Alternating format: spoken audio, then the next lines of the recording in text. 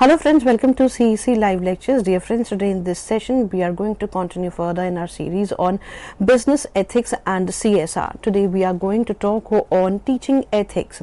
Dear friends, for the discussion on the topic we have with us in our studios Dr. Namita Rajput. Dr. Namita Rajput is a prolific professor and currently she is principal in Sri Aurobindo Evening College, University of Delhi.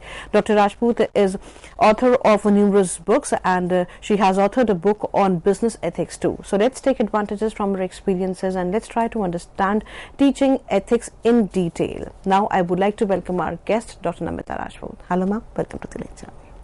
Good morning friends. Today we have a very important topic called teaching ethics. Any field of study, whether scientists, scholars, professionals, they define integrity in teachers' ethics as fundamental to their work. Learning the aspects of responsibility, conduct has always been challenging for the practitioners. The school and college programs thus require that ethical conduct should be addressed in a more systematic and rigorous manner because it gives you a base for everything. The graduate school at Penn State aims at developing a commitment of faculty and graduate students to ethical teaching practices.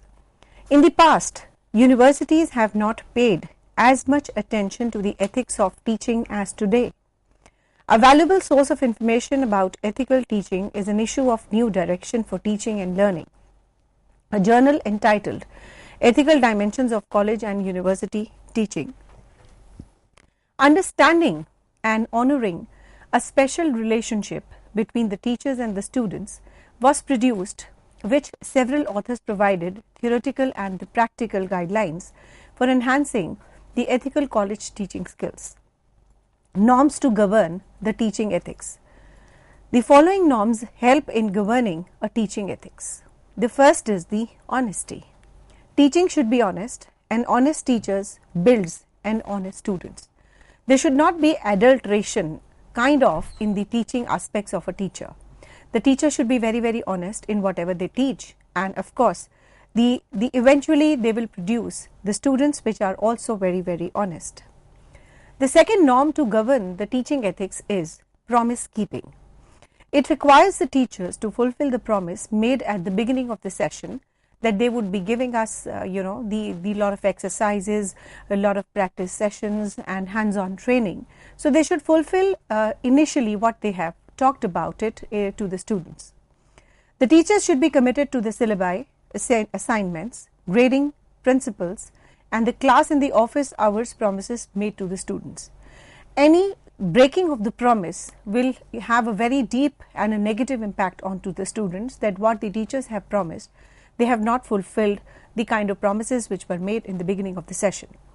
Now the teaching ethics is most important. Why? Because it builds the base of an individual, and that would help in practicing the ethics, whether it is a field of marketing, of finance, etc.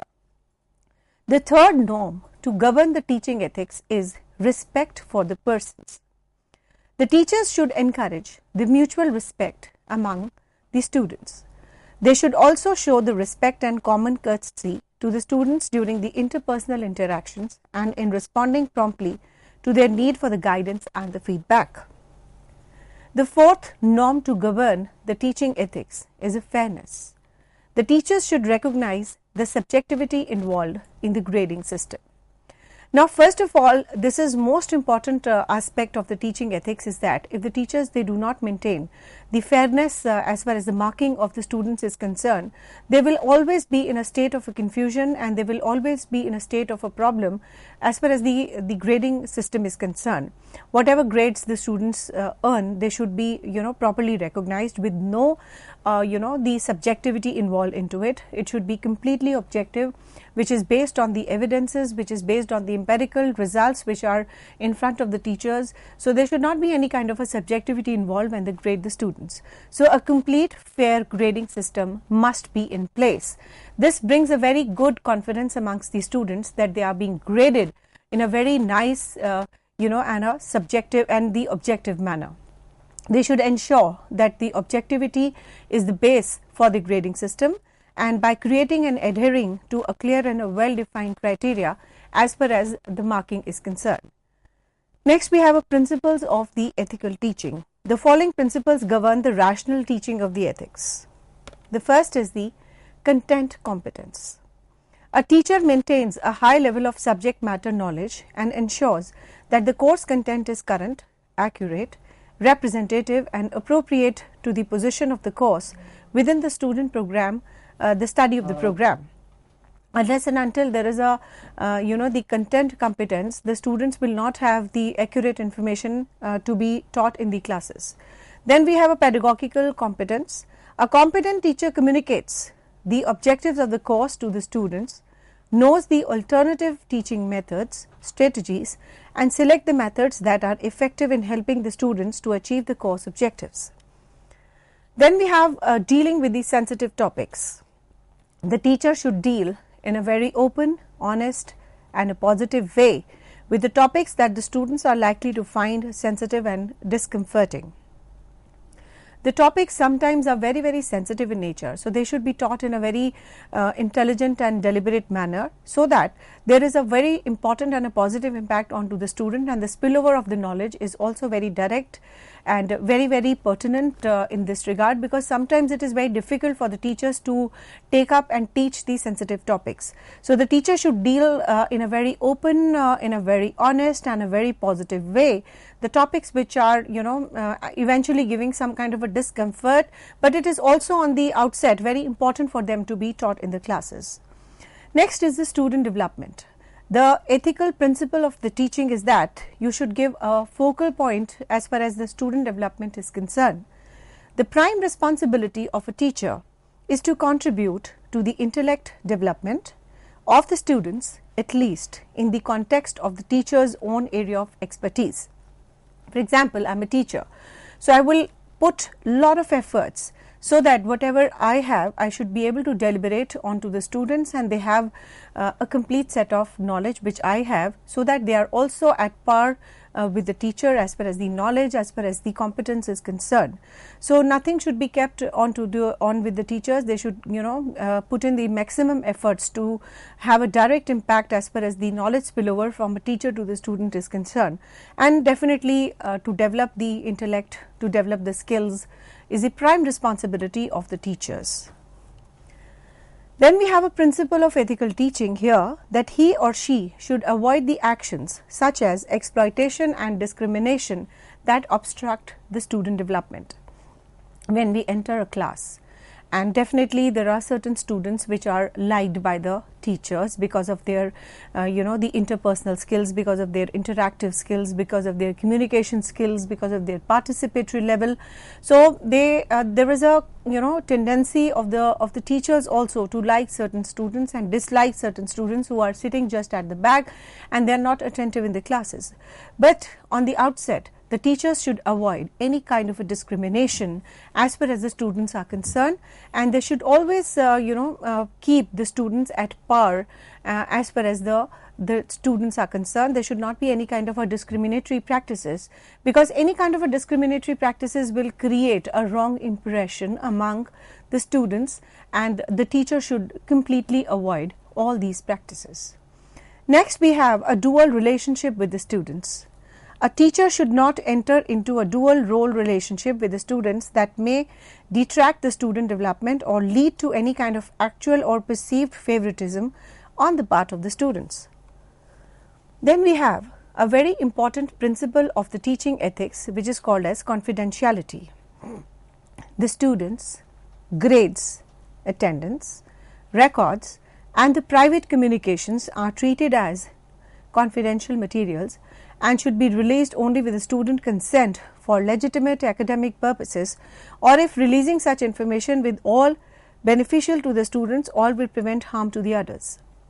Now sometimes when you are in the class, the students are not able to secure good marks. So in that case, there should be a confidentiality which is maintained by a teacher with the student, and if at all they want to even disclose the marks to the class at large, so there should be a consent involved among of the student also, because unless and until you have the consent of the student will also feel bad about it if the scores are bad, or if the attendance records are bad. So any kind of a private communication which the student wants it to be confidential is the prime responsibility of the teachers also to maintain that level. Then we have respect for colleagues. A university teacher should respect the dignity of his colleagues and cooperate with them in the interest of the student development. Valid assessment of students. Given the importance of the assessment of the student performance in university, teaching and students' lives and careers, teachers should be responsible for ensuring that assessment of student is valid, open, fair and related to course objectives. Then we have a respect for the institution. The university teacher is aware of and respects the educational goals, policies and the standards of the institutions in which he teaches in the interest of the student development. Now we are coming on to the very important and the pertinent topic, which is called as the model of teaching business ethics. Now there are two models for teaching the business ethics: the principles based model, the virtual based models. So we'll take up one by one. The first we will explain about the principles based model. This model focuses on the theoretical aspects of the teaching business ethics. The principles of the business ethics are explained to create awareness about them. Then we have a virtual based model. This model focuses on the practical aspects of the business ethics. The company is seen as a virtue seeking unit that follows the ethical practices in order to attain a character distinct from the others. Then we have unethical issues faced by the consumers in sales, marketing and technology. Before one understands the ethical issues that need to be taught in the theory and the practice, it is important to understand the unethical issues faced by the consumers in the context of the business, organization, sales, marketing and technology. Nowadays, if you see the contemporary world of the business today, the people who are involved in the business, they are all making money after doing the unethical practices. So we must have a clear demarcation and understanding about what unethical business practices would mean. So before one understands the ethical issues that needs to be taught in theory and practice, it is important to understand the vital unethical issues which the people adopt when you talk about the sales, when you talk about the marketing and when you talk about the technology. Now we are coming on to the unethical issues faced by the consumers in sales, marketing and technology. The consumers may be deceived, or there is a feeling of dissonance amongst the consumers, because if they are spending and if they are not getting the utility of the product, or if they feel that they are overpriced, or if they feel that the quality is low, so at no levels the consumers will always be happy, because they have a feeling of being deceived. So consumers may be deceived in various ways, and the warm ways. The first is the unscrupulous businessmen involving the traders, dealers, producers, manufacturers as well as the service providers. Some of the following unfair trade practices are involved. The first is the adulteration, that is adding something inferior to the product being sold. Is a practice we come across in case of cereals, spices, tea leaves, edible oil, petrol, etc. This is a very common practice when you talk about the adulteration, etc. So if you are talking about the spices or we are talking about the cereals or the tea leaves or the petrol or the edible oils, there is a lot of adulteration involved just to save the cost. So they are putting the inferior quality things into that the cereal, spices, tea leaves, edible oil, petrol, etc., so that they are able to economize on the cost and increase the profit. So this is a kind of a very wrong practice, the unethical practices, and this is the most common practices which the consumers of today they face in the business world of today. Now for example, the mustard oil may be adulterated with the rapeseed oil or argan oil. Black pepper is known for adulteration by dry papaya seeds. Petrol is mixed with the kerosene oil, and vanaspati may be mixed with ghee and butter.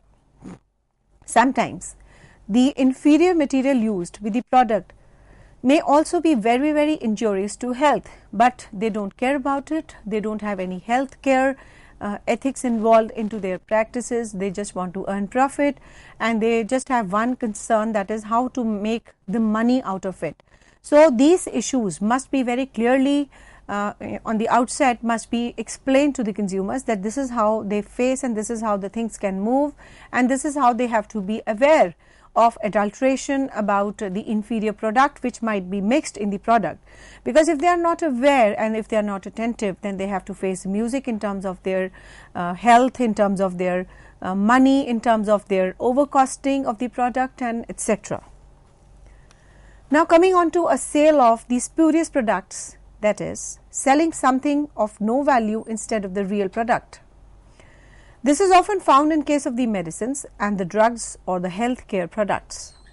The cases have been reported where ampules for the injections contain only water or glucose water in bottles contained only the distilled water. The use of the false weights measure is another malpractices which some traders adopt while selling the product.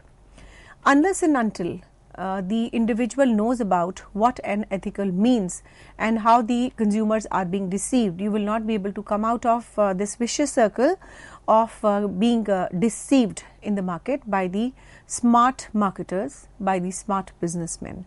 So nowadays it is the time, it is the era for the consumers to be very aware of all these things and how these things can be avoided, how these things can be highlighted, because we have a consumer movement which is picking up very fast these days because of the social media, because of the the Facebook, LinkedIn, the internet blogs are there wherein you can put in and lodge your complaint, and people would know about the unethical practices which is being adopted by a particular company. If you happen to come to know about these malpractices which are adopted by these people, never take wrong things, be it adulteration, be it a spurious product, be it an inferior product being mixed in the product, or as we have given certain examples of the injections of today. When you talk about the medical arena, the distilled water is there in the injections, the sugar is there in the injections, which might not increase the cost of the product, but yes, they are being deceived. So sometimes you have to have a false weights which are being used, because of which the cost is there. And of course some traders are also important to understand that these traders are getting involved into the wrong practices before selling the products. The goods which are sold by weight, for example the vegetable, the cereal, the sugar, etc., those sold by the measure, that is the meter, like textile, fabric, suit pieces, are sometimes found to be less than the actual weight or the length. This is the most important common practices when you buy the product online. So sometimes what you see is different from what you receive. This is one thing. Sometimes the weight which is mentioned is also underweight. Sometimes if you are buying a cloth, the meters which is mentioned on the product is also less. So these are the small tactics, because of the false weights, because of the false meters, because of the false practices. These marketers they are cheating the customers, and the customers have a feeling of dissonance, dissatisfaction, a kind of a pain that they are spending so much and they are not getting what they want. So all these practices, unethical practices, must be properly circulated as far as the information of this malpractices are concerned, because if the malpractices are known to the consumers, so they will be aware that these things are not there, the weight is correct, the meters are correct, there is no adulteration involved, and the proper calorific values as mentioned, you're not being overpriced. So if you know, only then you will be able to take certain vital steps for you to not to be cheated, etc. Now sometimes the packed goods and the sealed containers, that is the tins, they contains a less quantity than what is stated on the label or packet. This cannot be easily verified. Why? Because sweets are often weighed along with the cardboard boxes, which may up to 50 and 100 grams. We however pay for it at the same rate as sweets. Sale of duplicates, that is the goods indicated as a mark, which is shown of a superior quality than what it actually is. Now, for example, the goods which are locally made are sold at a higher price as imported goods. Certain products like washing, soap, detergents, table lights, jam, edible oils, even the medicines, they carry well-known brand names, although these are made by others. So, there is a lot of duplicacy which is happening in the market. We have to be very aware about it. The brands which are actually sold at a higher rates, they are just duplicated, and the market is full of such products. So, what to believe and what not to believe. So, buyer has to be beware about the things which are there in the market. You have to see your whereabouts, you have to see about what is happening around, how you feel you can be less cheated in terms of the price, in terms of the quality, in terms of the brand names, and in terms of the adulteration, etc. So, sometimes there is another practice which is very popular amongst the marketers, that is, they create an artificial scarcity of the product, which is called as hoarding and black marketing. So, they will just on the outset will slowly take out the product from the market, create a lot of demand and less supply. The eventual result of this practice is that the prices would go high, and they will now start selling the product at a very high rate, that is, they will make the things available, but only at double the cost. So, this is also one of the biggest problems which the consumers of today they face. Now, unethical issues which are faced by the consumers in sales and marketing and technology, the list is not exhaustive. There are a lot of issues to be discussed. So, let us take it forward. When any essential commodity is not available in the open market and the stocks are intentionally held back by the dealers, it is called as hoarding. Its purpose is to create an artificial scarcity to push up the prices in the market. The black marketing is the practice of selling hoarded goods secretly at a very high price, and this kind of a practice is very frequently adopted by the marketers to step up their product, to proliferate their product, to spread into the market at a very high price, so that this is also called as a skimmed price, that initially when you launch a product at a very high price, you withdraw the product, you show an artificial scarcity of the product, and slowly you make it available, but only at a very high price. And I mean, these kind of practices, if it is adopted on the essential commodities, it's definitely very bad signal for any kind of an economy, because when you talk about the essential goods, there are all types of consumers which consume that essential goods, which includes the people below the poverty line, which includes the marginalized people, which includes the poor people. So, why we should give a punishment as far as the pricing of the essential commodity is concerned to all the consumers? But yes, if you have some kind of a luxury product, and if you want to make it at a very higher cost, it is good for the economy, because the rich people are the ones who are eventually going to buy that product, and this is going to have a very progressive impact on the economy, because there is the distribution of the inequality of the income on from the rich to the poor. But yes, if it is adopted for the essential and the important commodities, it is definitely very negative, and it is not good for the economy at all. So, this is definitely unethical. How can you price a very essential commodity at a very high cost? This is not done, because this is an unethical practice and is overall not in the good interest for the economy at large. Now, these practices are sometimes adopted when there is a short supply of the commodity. We read in the newspapers some years ago about the scarcity of the onions in the open market, and in some states a high price is being charged by the traders who had the stocks. Then another unethical practice which we would like to discuss here is tie-in sales. What is it? Let us explore. The buyers of the durable consumers goods are sometimes required to buy some other goods as a precondition to sale, or may be required to pay after sale service charges for 1 year in advance. sale of a gas stove burners may be tied up with the new gas connections. Also, the TV sets are sometimes sold on a condition that the buyers will make advance payment of the year's service charges. So, this is also sometimes an unethical practice, and in the recent years this kind of an unethical practice has been emerged. And nowadays when you talk about any FMCG product, the product selling strategy is being tied up with some kind of a tie-up in the sales, that if you buy this, you have to buy this also.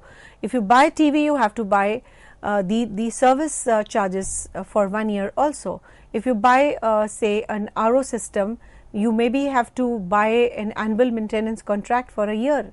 So, this is sometimes the consumers feel pressurized, and the consumers feel that they are clutched as far as the strategy is concerned. So, this is not definitely a good and a healthy practice. This is definitely an unethical practice, because in the world of today, the consumers should be left at their own choice to take AMC from somebody else and buy the product from somebody else. So, this kind of a tying in the sales and having a duplicate things together, or maybe you are not wanting a TV, but yes, when you are buying a TV, you have to buy the service contract also. So, this kind of the practice is also considered as an unethical practice and should be avoided at all cases. Now, coming on to another practice. The practices like offering gifts having no additional value, the coupons to collect a gift on the next purchase, are also allures the customers to buy a product. For example, if you buy a pizza today, maybe you get a coupon which can be used on the next purchase and could be 50% off. But eventually when you have that coupon with you, and when you actually going for a second sale, that coupon is either lost, or you sometimes you forget, or sometimes you keep it at home. So, these kind of add-on coupons, etc., or offering unnecessary gifts which has essentially no value for the consumers, is also not a good practice. This is also considered as an unethical practice. And sometimes the gifts are offered after the price of the product which is being increased. So, if the product cost is about 20 rupees, you increase it by 10 and then you give a gift of 10 rupees is this kind of a practice is also being adopted by the marketers of today. The dealers also announce the context of the lottery among the buyers of the product without the intention of awarding any prize. Who knows that if the award is if the prizes are being announced, who has got time in today's and contemporary and a busy world of today, that they go and verify that whether the award which was announced by the company is actually and eventually being paid to any consumer or not. You do not have any time to verify. This is just a strategy to increase the sales and step up the sales at one point of time. So, there are a lot of other things which needs to be discussed. So, probably we will take it in the next session. Thank you so much. With this note, thank you. Thank you so very much for giving us this session where we learnt about the ethics. And friends, you are requested to be with us as we are back after a short break, and after that we are going to talk more on teaching ethics. Thank you.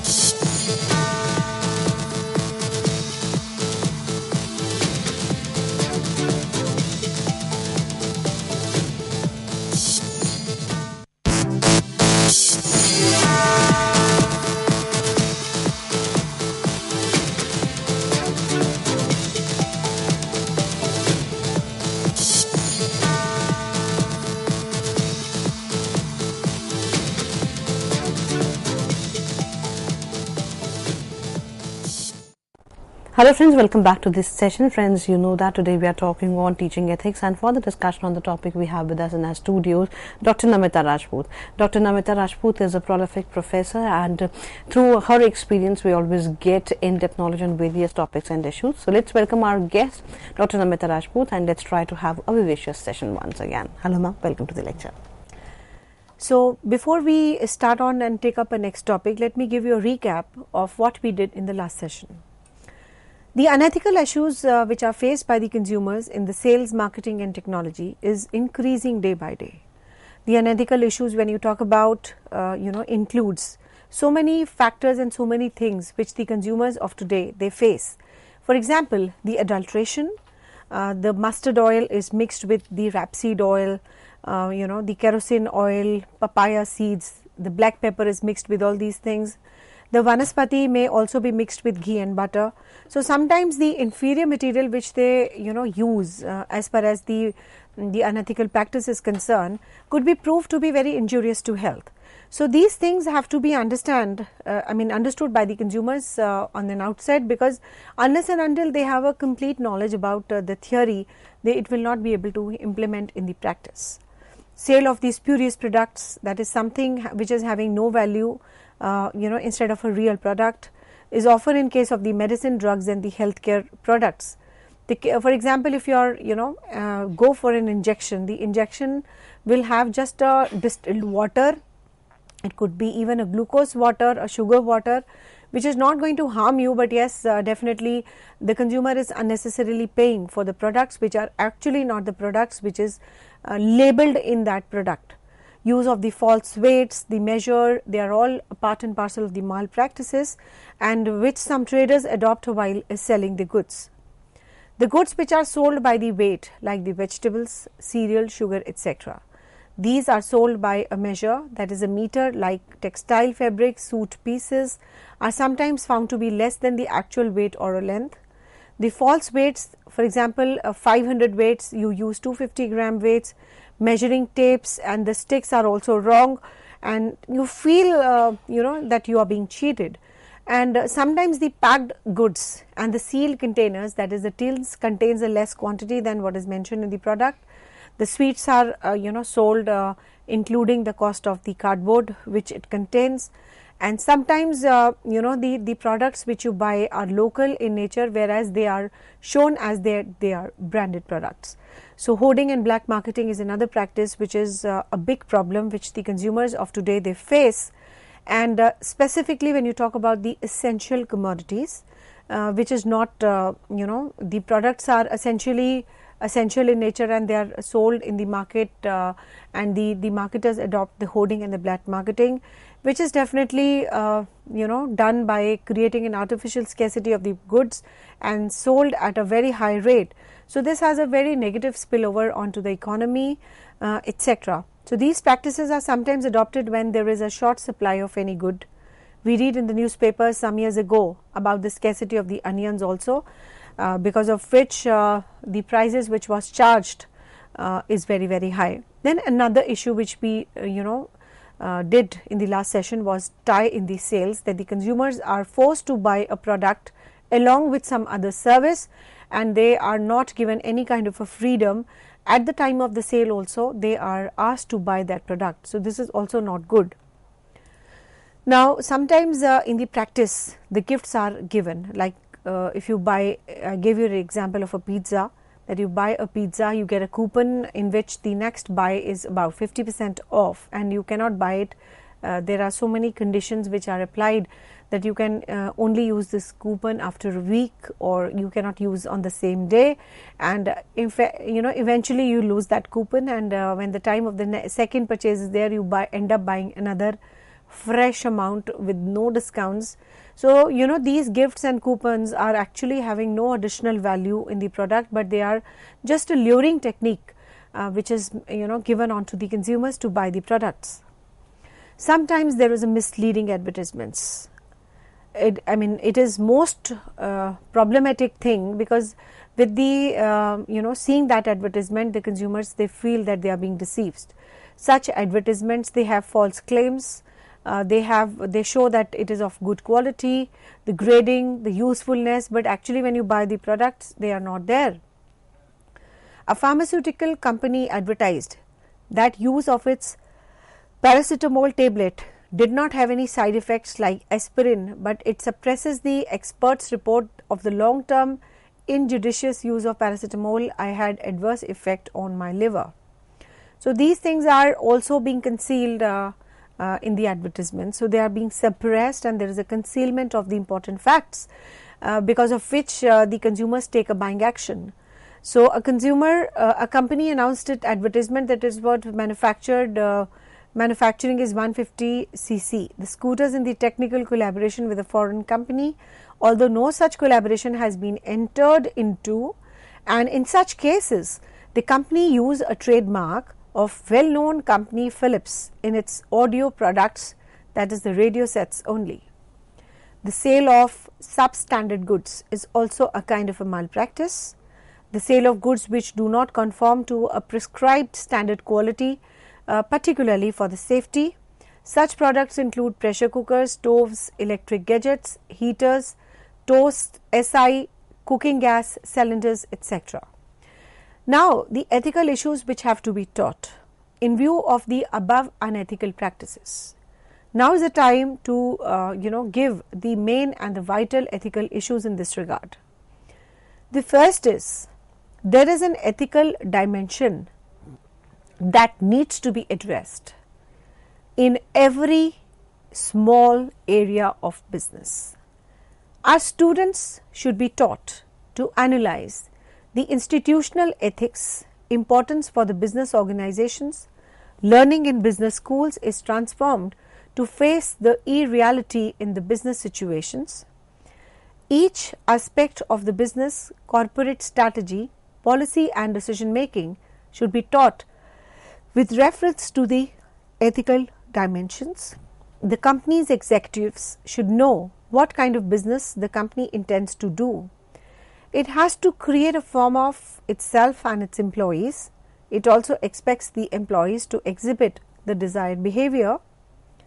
It involves a teaching integrity, truth, honesty, righteous social responsibility, etc., so that the interest of society at large is protected. This situation can be achieved when teaching ethics and the values becomes an integral part of management education system. Students have to develop a philosophical perspective, a deep thinking, analytical strategy for making and dealing with such ethical issues. They should be taught through a case study so that they are able to learn the practical situations and get equipped to face them in reality. This will help them developing their value systems, understand the ethical dimensions of business decision in various fields. And it is generally felt that the text or the articles for teaching ethics do not work in the actual practice. Now coming on to ethics in education, practicing ethics. Sitting with more experienced people imparts more wisdom than any textbook or review article to impart education on ethics to students. So you should try and give an opportunity to the students to interact with the experienced people, because what experienced people can give, no book, no article, no newspaper can share such experiences, because what the experienced people can give, nobody else can give. So teachers need to teach the ethics into the classrooms through introducing the students to most and other practitioners and sharing real life stories about how it really works in the practice. However, the following guidelines can help in instilling the knowledge on the ethics to the students. So this needs to be imbibed in the mind of the consumers and the students when you talk about the teaching ethics. Do what right for you as long as it does not hurt anyone. Be excellent to each other. One's obligation to professor is greater than obligation to his client obligation to earn a big bonus. It is important to learn to say no sometimes. The managers should say it to the clients when they want them to do something shady and discourteous. Other important words are, I screwed up. People should take responsibility for their errors without reservation and delay, and they should be cleaned up for more easily. This way, the biggest problem in the world could have been solved when it was small. We should understand that each and every action we take can have a real impact upon other people, including the business clients. The managers should educate their clients about potential consequences of their actions so that they never have to repeat and repent their actions. Managers should most often have a list of the people they trust, some who are older and some at their own levels. The managers should be able to call on them any time for the moral support. They should not make any kind of ethical decisions alone. We fail at about occasionally, as we are all humans. We should forgive ourselves, amend the errors, omissions as quickly as we can and try to be better every day. We cannot do or accept our failures as an excuse to fail again, but grow incrementally and naturally. We should learn to forgive others and ourselves. The best way to teach ethics is to share our own experiences, specifically the mistakes, and have a couple of highly ethical and experienced guest speakers come and talk to the students, because if the experienced people are coming and talking to the students, there is a direct deliberation from the expert people to the students, and they will also be able to comprehend nicely what their experiences say, because there is no comparison and no substitute for the experiences which are being shared by the learned speakers to the students. So, people should understand that doing right things when they understand why of ethics explained by someone who is experienced. Now, ethics in education and the practicing ethics. Simply teaching the rules is worthless. It is just another set of regulations. And when people learn regulations, they start to think about how to work around them. This is not ethics. This only adds to our theoretical knowledge base. When the students learn that we are all in this together and what does around comes around, they set aside the stereotypes and become truly ethical professionals. That does not come from anything that he has footnotes, but comes from the inner self and the insight. Now, coming on to a very important and a very nice topic, that is, what is the importance of teaching the ethics. Teaching ethics is important because of the following reasons. First, it creates the awareness amongst the students about what is ethical and what is unethical. Number one. So, there is a dissemination of the knowledge about the ethical aspects and the unethical aspects directly. Second, they should be able to analyze the impact of their decisions onto the people in the immediate and the future environment. Students, they develop their analytical abilities to differentiate between good and bad. This helps them in taking decisions that are useful to people around them. Teaching ethics through the formal educational system goes a long way in shaping a culture of a person, and through them the culture of the institution where he works and the society where he lives. It transforms the consciousness and the society where he lives. It transforms the consciousness and the commitment of a person to the self-work and the workplace. Teaching ethics helps in the companies also to overcome the unethical business practices in the areas of sales, marketing and technology. This helps the companies achieve their own primary objective of the shareholders' wealth maximization.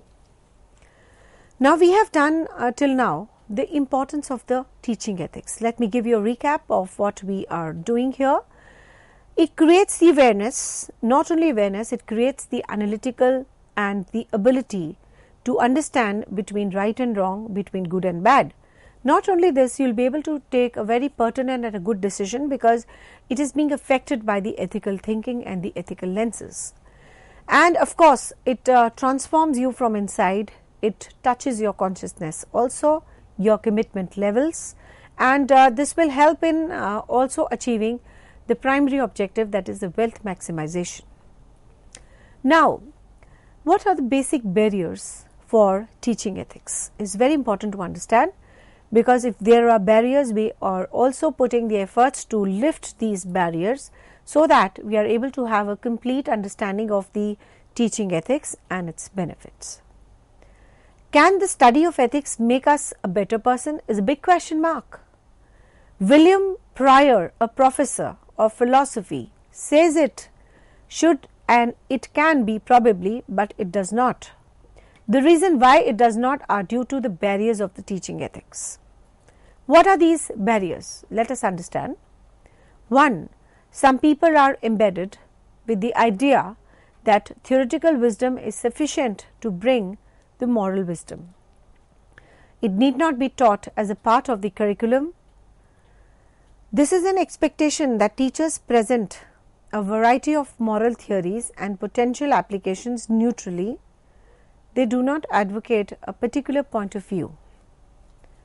Much of what goes wrong with the teaching of ethics is that it has moved away from necessary topics. The application of the basic principles such as we ought not to lie concentrates on philosophical questions. At the same time, we lie, we are very ready to show how it is demonstrated that lying is wrong. People give priority to good over right. Even if telling lies is wrong, they speak if it brings good to them or the others. In some of the cases, the faculty also fears the teaching ethics as a distinct subject, as it has very few professional rewards. The faculty also fears that teaching ethics does not match their professional profile, and therefore they are not comfortable teaching the ethics in the classrooms. So, this is the biggest problem for the teachers also, which has to be really comprehended, and definitely the wrong things have to be completely wiped out of the minds of the teachers also, that it is non-rewarding and stuff like this. Some people believe that learning ethics is a concept that develops in the inner self of a person. It cannot be taught or learnt in the classrooms. The purpose of teaching ethics is to help the students mature into ancient ideal of the state. That is, a person knows both what is valuable, what do you do, he lives his principles and everyone knows it. So, there is a dichotomy and there is a difference in the opinion about it, that these ethics cannot be taught and learned in the classrooms. So, people are very offensive about it, that why are they being taught like this, but the purpose is to develop a stage of an understanding wherein you are able to demarcate between what is right and what is wrong, what is good and what is bad. So, this feeling has to be completely wiped out again, and in an ideal teaching method, a professor must explain why they favor a particular theory, show how they are applying in a particular case, either draw from literature, film, biography or their own student lives. Now, this thing is most important, which the students must understand, that if a professor is teaching ethics in the classroom, they must support their statements with the live examples, with the case studies, so that the students are able to compare it in the light of that, or either it is withdrawn from the literature or biography or maybe a life of certain persons. So, this is how they are able to relate about the classroom teaching, about the ethics. A university, it was a series about teaching the moral philosophy and try to get its members, students, faculties, administrators to engage in a serious consideration to the question, what is morally best life? These discussions are cross-disciplinary and they are even extending beyond the classroom, where the students develop commitment to search for a moral life. Now, coming on to the justification of teaching ethics. You are teaching the ethics, so you must have certain justification. So, we will throw some light on what is a justification of teaching ethics. So, we will talk about certain arguments in favor and certain arguments against. Now, those in the favor of teaching ethics offer the following arguments. 1. Values cannot be developed on their own. They have to be taught by creating a positive environment where people feel motivated to be taught ethics. 1. 2. Ethics are personal. What is ethical for one may not be ethical for another. However, some baseline must be observed. This can be taught through ethics. Now, another justification of the teaching ethics, though parents at home play a very significant and a vital role in developing the value system in the child. Educational institution also does the same role. They try and develop the educational career for the students. Developing educational culture at home is also a teaching ethics at a different levels, of course. And a large number of schools are offering the courses, and the researchers are doing the research on the ethics. This substantiates the need for the teaching ethics. The companies operate in an environment which affects and is affected by the business activities.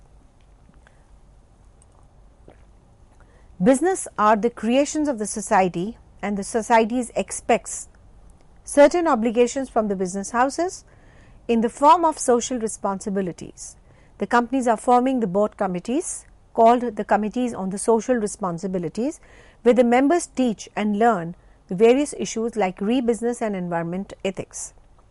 Now, coming on to the arguments against the teaching ethics. So, we will be discussing now the arguments which are against the teaching ethics. The first is the ethics are inborn. They cannot be learned through lectures. A person learns more through his experience and interaction with the others rather than learning through the classroom teaching. So, this is a strong conviction amongst the lot of people that the ethics, when you talk about they are inborn, and when the people interact or they are having experience with some other people, they learn more rather than having a lecture in the classroom about what is ethics, what is teaching ethics, etc. So, the inborn qualities are, therefore, the fact cannot be ignored that teaching has its own impact. Whether at school, home, a constant teaching of a subject has the same impact as others like science, mathematics, English, etc. The top executives of many companies speak on the teaching ethics in the national and international seminars around the world. The teaching ethics polishes a person, grooms his personality by accentuating his inborn qualities. It develops a responsible corporate citizen who works in the best interest of the society. It creates a better manager for the future also. Now, how to create the ethical environment in the organization? Creating ethical environment in the organization. No program of teaching ethics can be managed single-handedly. All staff members have to be trained about how the system works and what is the role in making a system effective. They should work in coordination and in accordance with the legal framework of the company, observes its policies and procedures in the functional areas of management like production, finance, personnel and marketing. The guidelines are as follows. As far as the creating the ethical environment in the organization is concerned. Number 1, the company can have a code of ethics compiled in the form of a guide which clearly explains what is ethical culture and what is an unethical culture. So, it should be combined and compiled in a form of a guide which facilitates the employees of that organization. And definitely the guide which you have made as far as the corporate culture and the ethical culture is concerned must be widely circulated among all the members of the organization. Not only this, when you are making a guide, the participatory approach has to be adopted, that is all the people who can be involved in making of such programs in different functional areas, so that they feel that they are connected, they are a part, and whatever has been done as far as the making of the ethical programs is concerned, they are a party to it, and they will, the level of acceptance would be more if the participatory aspects is more in this regard. Not only this, the code of ethics should be constantly reviewed in light of the dynamic environment which is around us. It's not that we are living in a very static environment. Every now and then the government changes its policies. There is an ongoing environment which is changing every day. So we must have a complete review system which is constantly done in light of this dynamism, and we are able to have a good comprehension in this regard. The focus should be on the teamwork and the effort and the group efforts. Ethical performance should be in an area of interest in conducting the performance appraisal of the employees. The employees should be trained to solve all the ethical and the ethical dilemmas which are complex in nature, because they have learned, they have lived with the organization, they have actually seen so many programs. So the employees should be trained in this regard to solve all the ethical dilemmas wherein you are standing on the crossroads about what is the best solution for taking up all the problems. So all the new employees should also be oriented with all these ethical programs of the company. So there are so many ethical and empirical evidences for the teaching ethics. Specifically, a lot of surveys have been conducted. The educators, they also feel that as teachers and psychologists, they must recognize the primary obligation to acquire the knowledge, the skill, and they maintain a high standard of scholarship by presenting the psychological information objectively, fully, and appreciated. The survey aimed at gathering the data about the ethical attitudes and behavior of psychologists functioning as teachers. The results were compiled using a questionnaire, and the overall results is that we are able to have the positive aspects of the teaching ethics in the classroom is concerned, having the policies of the overall teaching ethics is concerned. So the teaching material must be really mastered, must be made with the participatory approach, must be widely circulated, and they must be valued by the students also.